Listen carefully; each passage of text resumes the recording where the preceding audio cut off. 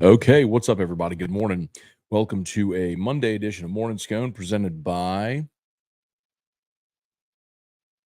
Brock, the Baton Rouge Orthopedic Clinic, Hudco Roofing, HudcoRoofing.com. Glad to have you aboard with us here. You need an orthopedist, of course. You go to Brock. They're just the best. And if you need a roof, especially after all of that horrendous rain throughout Baton Rouge on Sunday and all of Louisiana on Sunday, give us a shout at 364-1007. All right, we'll get into it. A lot to do today. LSU baseball drops the series finale. The women's basketball team is a 3 seed in the NCAA tournament. The men's team will host a first-round NIT game on Tuesday against North Texas. Softball team lost for the first time all season. They dropped a game 5-2 to Ole Miss on Sunday night. Let's begin, though, I guess just sort of chronologically. We'll start with baseball dropping the series finale. And I'm sure this is where most of the angst is going to come from this morning. I certainly could have anticipated a 15-5 game on Sunday. I would have thought, though, the outcome would have been reversed. I thought LSU would have won a rubber match by a margin like that.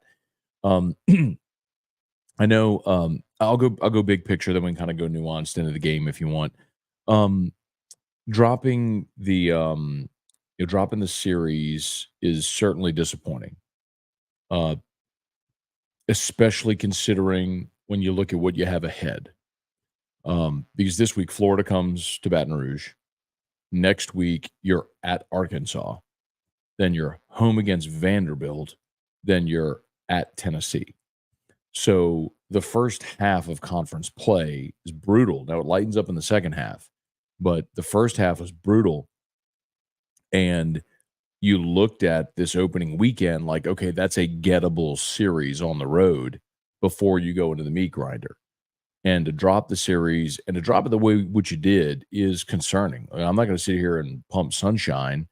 But so much of the conversation about this team and the concern from many LSU fans had been the offense. And I'm here to tell you, Coach, like, you can talk all you want about the offense. You could talk about inconsistency. You could talk about Paxton Kling. You could talk about whatever you want. But this team was supposed to lead with pitching and defense. And this weekend, your pitching and your defense let you down. You allowed 10 runs on Friday, 8 runs on Saturday, and 15 runs on Sunday. So, I know there's some of you, I'm not even reading the comments yet, but I'm sure there's some of you that are going to say, well, you played an SEC team and you got exposed. I just know that's a fan narrative. It's what's going to happen. And maybe. I also believe Luke Holman is a big league arm. This is my opinion. I mean, you look at scouts.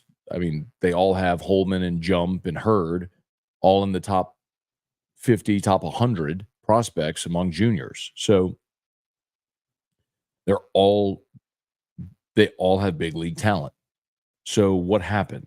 Okay, I have a few theories. Number one, I think you credit Mississippi State. Offensively, they came into that series with a great plan. For Luke Holman specifically, Mississippi State was committed to saying, we're just not going to let him beat us with the fastball. Listen, if he throws a breaking ball and he consistently breaks it off for a strike, we'll tip our cap and go back to the dugout and have a seat. But if he throws a fastball, we're going to hit it. And they were patient and disciplined, and they did that. And they knocked him around for 10 hits and 5 runs. And LSU's defense didn't help him out.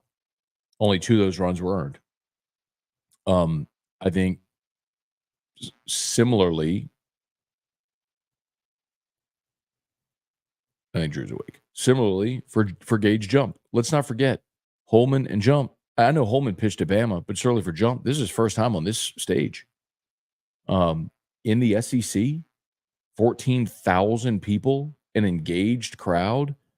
Man, yeah, like that. I think that goes for a lot of the position players as well. It's why going to Texas and playing in Minute Maid and going to Southeastern. So I always say that, man, I want to go on the road and play those games. But how do you recreate playing at a in front of 14,000 people cheering against you. You went to Minute Maid, played in a big league park, but you had 20,000 LSU fans cheered for you in that game. So I think that was a big part of it this weekend. I think the moment swallowed up a lot of these guys. And listen, I know LSU has a lot of guys that were on last year's team. You know, uh, Jones and Pearson and Neal, and we can go down the list of guys who played. But the only guy on your roster that was an everyday player a year ago was Tommy White. That's it. Is the only guy that was an everyday player for you a year ago. So a lot of these guys are experiencing it for the first time. You're not a complimentary piece to Dylan Cruz and Trey Morgan and Tommy White. You are now the guy that's expected to go deliver. And I think a lot of that was what accounted for the struggles. Sunday specifically was so disappointing because you got down 3. Hurd really hit his groove. You ended up tying the game in the top of the 5th, and then you gave it right back with a 4 spot in the bottom of the 5th when they went back-to-back homers. The ball that Dakota Jordan hit was just – I mean, that's why he's a big leaguer. The 3-run homer he hit was a breaking pitch that Thatcher Hurd threw, which was a good pitch. I went back and watched it a dozen times. Like, I went and found the clip on Mississippi State's Twitter and just kept looking at it over and over again because Hurd snapped off a really good breaking ball, and Dakota Jordan hit that thing 416 feet to dead center when it was about 6 inches off the ground. And when a ball's coming in, a breaking ball, and by the time the breaking ball gets to the plate, I mean, you have no velo on that thing. It ain't like he turned around a 100-mile-an-hour fastball. I mean, he took I don't know, 82-mile-an-hour breaking ball, 6 inches off the ground, and hit it 416 feet to dead center. Like, congratulations, man. And then it just got away. It just got away from him. So anyway, definitely disappointing. But I'll tell you this: if you're sitting here talking about offense today, you need to be talking about pitching and defense, because that's what let you down. And I'm going to say it again. I know a lot of you don't want to hear it, but Paxton Kling has to be in center. Brady Neal misplayed a ball yesterday in right where it ran past a lot of run to score. Bingham misplayed a ball on Friday and left where it went right through the wickets. And then on Saturday, you're diving for a ball in center that allowed 2, run to score, a runner to get to third, and the sac fly. Like, Paxton Kling is your best defensive outfielder. He has got to be in your lineup every single day. I don't care if he hits 220. I don't care how much you all are nauseated by what he does with the bat. He is too good of a defense. He is your best defensive outfielder. It's not close, and he will save your pitchers outs and runs, and he's got to be in the lineup every day.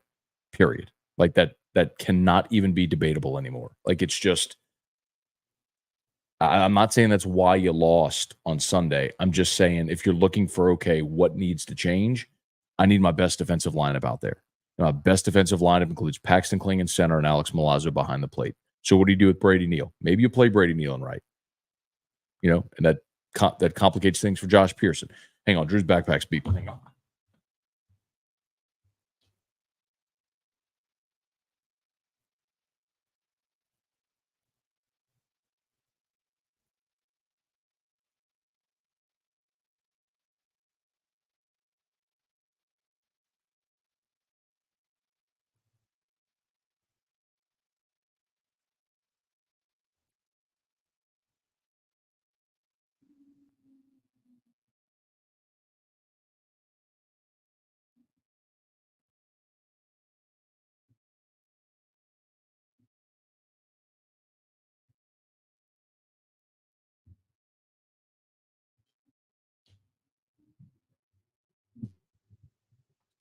My apologies. All right, we're gonna get through comments here in a second. But anyway, so I forgot where I was. Oh, what do you do? I don't know. Maybe it's you platoon Neal and Pearson in right. I don't know. I mean, I love to have Pearson in the lineup every day in right field. What do you do with Neal? Maybe it goes back to you start Neal behind the plate, you DH Travinsky and Milazzo as a defensive replacement, or there's going to be days and spot starts where Milazzo starts and Neal sits. It's just It's one of the complex things, man. Jay spent the first month of the season, rightfully so, getting a lot of guys ABs and a lot of guys playing time. Well, you know, you're at the point where you can get guys reps and ABs and things like that in midweek opportunities. But when you get to the weekend, you need to know the guys you can count on. So, in any event, um, look, it's 3 out of 30. Okay, you got 27 more, and there's a ton of talent on this team, and they got great coaches, and they're gonna be fine, and they're gonna figure it out, and they're gonna be fine. But that's humbling, and um, it is a wake up call for Jay Johnson and this staff to to get this figured out. So, okay, we'll say some good mornings here, just very quickly. I don't want to talk the whole time. I want to make sure I get to your comments. The LSU women earn the number 3 seed, so they'll take on Rice in the opening round. And the men are going to host a first round NIT game against North Texas. That's on Tuesday at the Maravich Center, so tomorrow. So we'll get you more of a preview of that. But maybe it's like it's the Johnny Jones Bowl. So anyway, all right, we'll say some good mornings here. You know the drill. If you're on YouTube, smash the like button, subscribe up the channel. Facebook, like the Matt Moscona page, share the post. We appreciate y'all for being here. Ryan DeLon, nothing like SEC series to humble you. Long season, plenty of time to get it right. It's true. Wendell Norman, I mean, look, I'll remind you again, at the end of last year, I mean, you finished the regular season last year by losing back-to-back series to Auburn and Mississippi State, and then you went 1-2 in the SEC tournament. That was at the end of the season. And finished third in the SEC. And you won the national championship. So there's a long, long way to go. But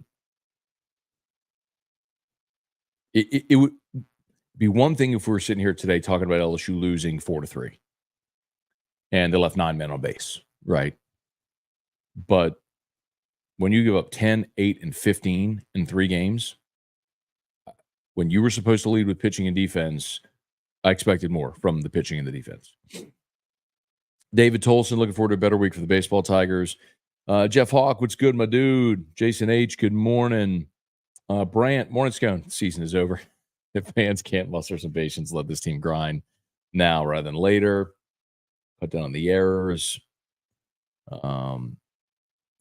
Listen, there's so much talent on this team.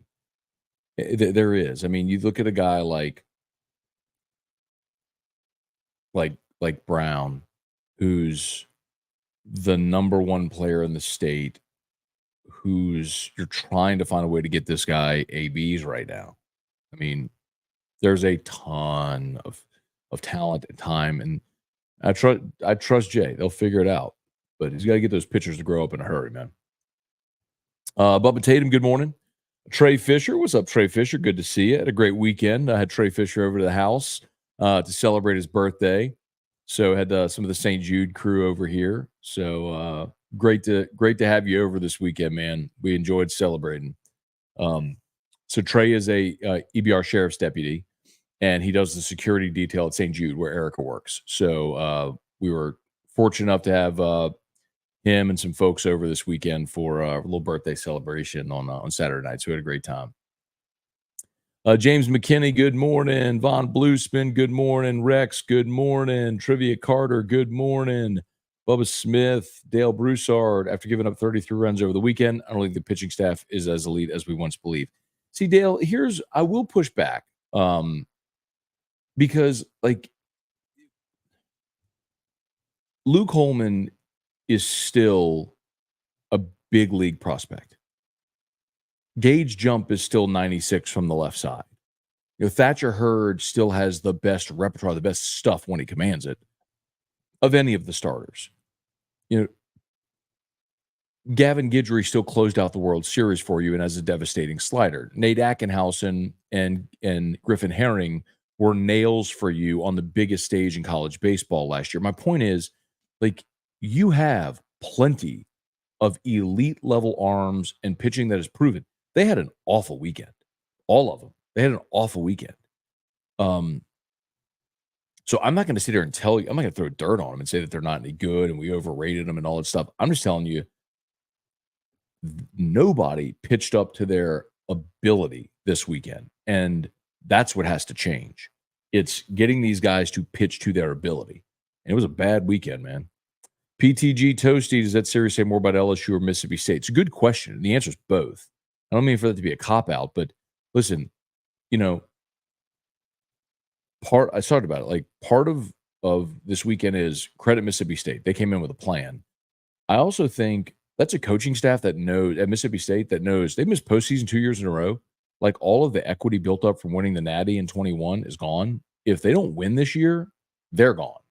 So I think there's some urgency. And then for the players at State, I mean, they've recruited well and they were picked dead last in the West by the league coaches. I mean, I would assume that motivates you a little bit. So, you tip your cap. State had a great weekend, man. Like, I I know people don't love to hear this, but sometimes it's not always just you. It's what who was that asked it? It was PTG Toasty. Like sometimes the other team deserves credit, and State deserves a ton of credit because they were awesome in all phases all weekend, and LSU was not.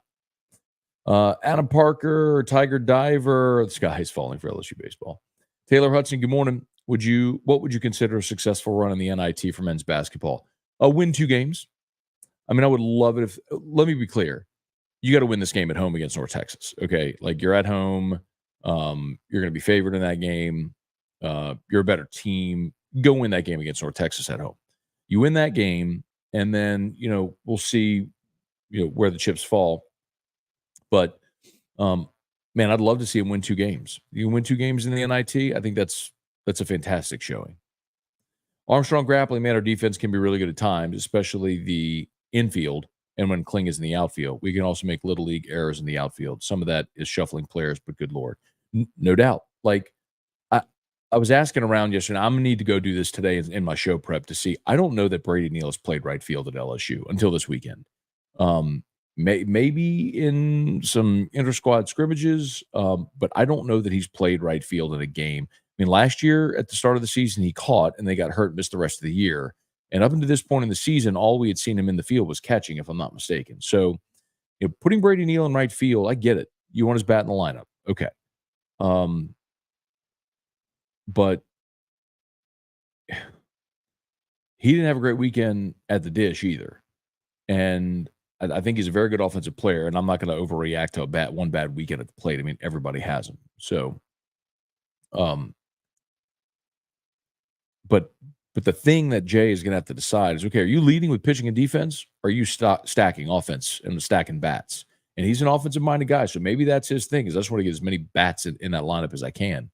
But at what cost, right? Jesse Brown, morning, Matt. How about McNeese is a 12 seed playing Gonzaga? I think they can upset him. Hey, it's a 12-5, man. It's a 12-5 matchup, and you got a 30-3 McNeese team going against Gonzaga, who doesn't look like Gonzaga traditionally has or does this year. So I wouldn't put it past Willie Wade, man. James Avery, Timothy Fontenot, good morning. Jason Horn, Bad News Bird, won again. Zion looking like the player everyone thought he was going to be.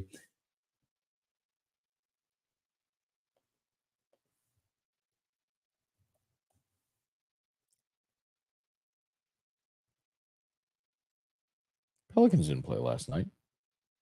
They don't play again until they play Brooklyn on Tuesday.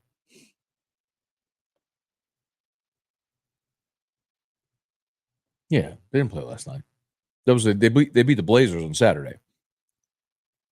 Quentin Breakbill, Eric Wilderwater, morning. Understanding you'll spend 90% of your day defending against overreactions. Is there anything you feel is fair to overreact about?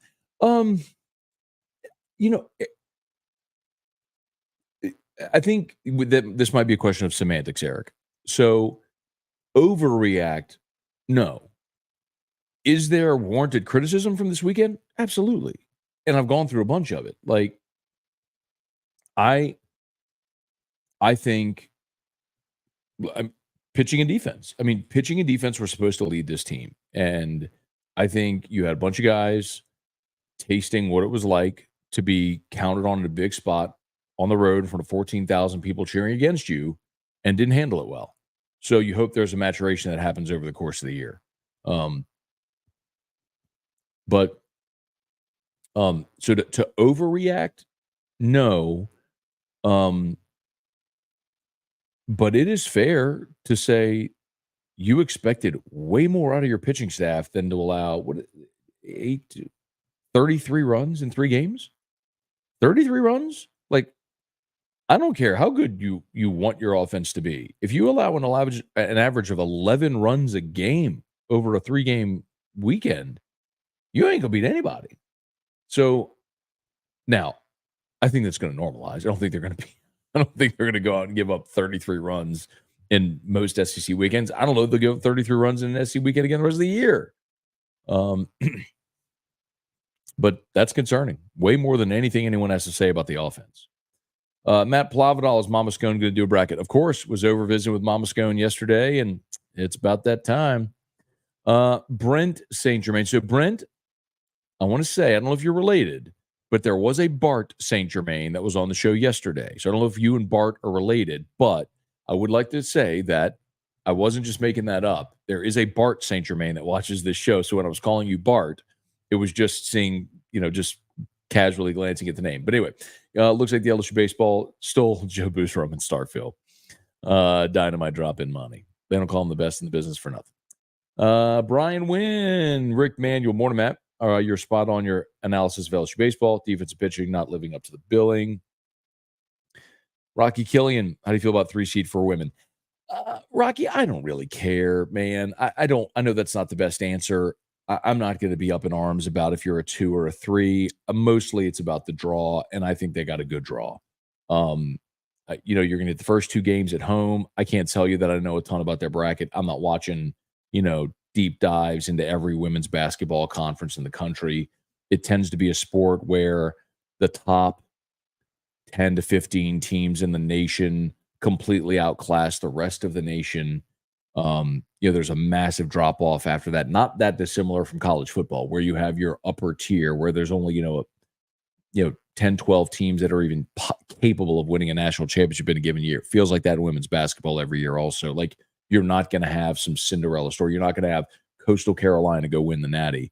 So mostly it's, what does the path look like to get to the Final Four? And I like it. I think it's, I don't think there's any reason to think this team would be upset in either of the first 2 games. So you make it to the Sweet 16, see what your draw looks like.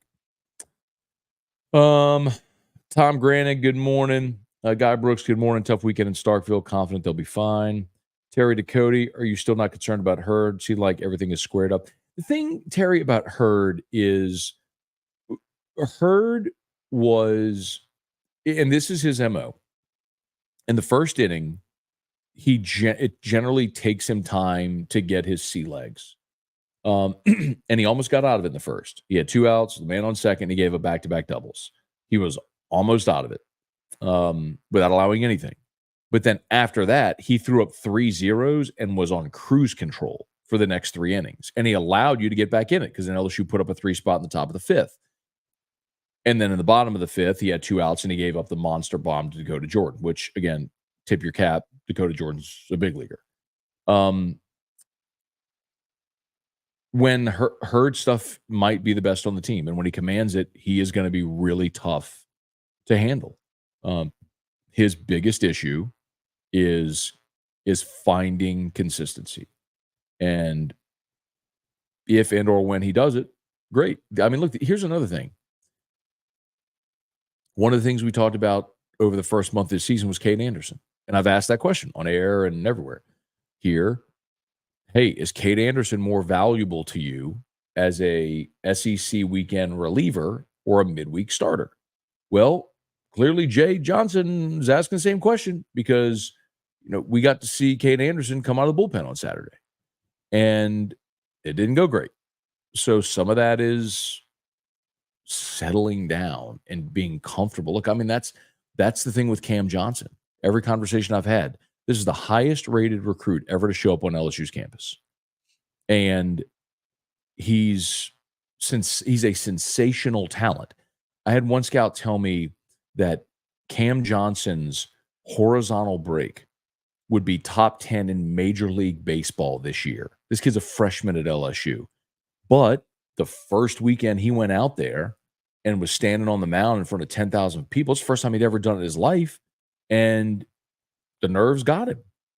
And so some of that is just settling down. So anyway. All right, smash the like button if you would. Subscribe up to the channel. Facebook, like the Matt Moscona page. Share the post. Shout out to LinkedIn as well. Larry Garner, Irfan Sayad, Brett Gidry, good morning. Imagine LSU, Iowa to go to the Final Four. Brant Roban, not that it would have changed. That'd been great to see the rematch. It seems like State hit quite a few weak bloopers in the gaps. Kind of lucky. LSU did not have many fortunate bats like that. I don't know, man. It sure looked like State put a lot of good swings in LSU pitching this weekend, man. Hunter Hines busted all the way out of his slump. Dakota Jordan didn't have a great weekend, but he hit the big shot on Sunday that mattered. They certainly put good swings on Luke Holman on Friday. I don't know, man.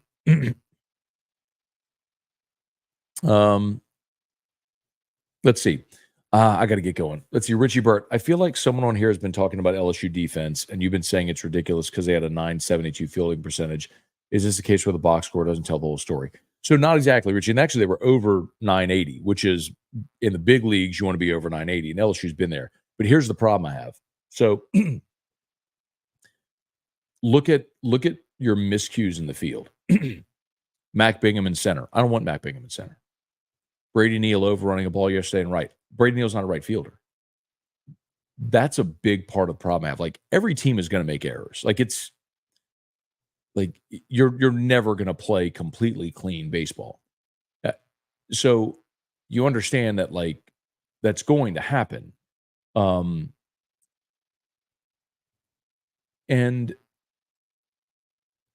some of that you live with, and you sort of bake in that understanding that there's going to be plays. What's hard to stomach are the things that I've been talking about, like the misplays in the outfield when you don't feel like your best outfielders are out there. So that's the question, Richie, that Jay Johnson's going to have to answer. Like, okay, Paxton Kling struggling at the plate, so you let him sit. And by the way, I said this on Saturday, I'm good letting him sit. Let him sit and decompress and not have the weight of the world and press. Like, just relax. Like, I'm good with that. But that guy needs to be in center field because he is your best defensive center fielder. And that is a premium defensive position. I need that guy in center. I don't need Mac Bingham in center. I need Mac Bingham in left. And I don't need Brady Neal in right. I need Josh Pearson or Jake Brown in right. I need guys that can play that position out there. So it's tough to judge when you don't have your best defensive lineup out there. This is a really good defensive team when their best defensive lineup is out there, and that wasn't the case this weekend, at least for Saturday and Sunday.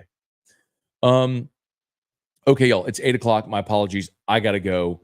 Real quick, Mike Dickinson said, "Tell me some good news on the Saints." Every day, Mike, we're one day closer to the end of the Dennis Allen era. But I will today on AFR do a full catch-up recap with my opinion on all the free agent signings up until this point since I missed last week. So, okay. My apologies, y'all. I got to go. Y'all have an awesome day. Thanks so much for watching. As always, shout out to Brock, the Baton Rouge Orthopedic Clinic, and Hudco Roofing. Need an orthopedist? Call Brock. Need a roof? Give a shout out to Hudco. All right, have a great day. LSU Daily's already live. We'll see you for AFR 3. Peace.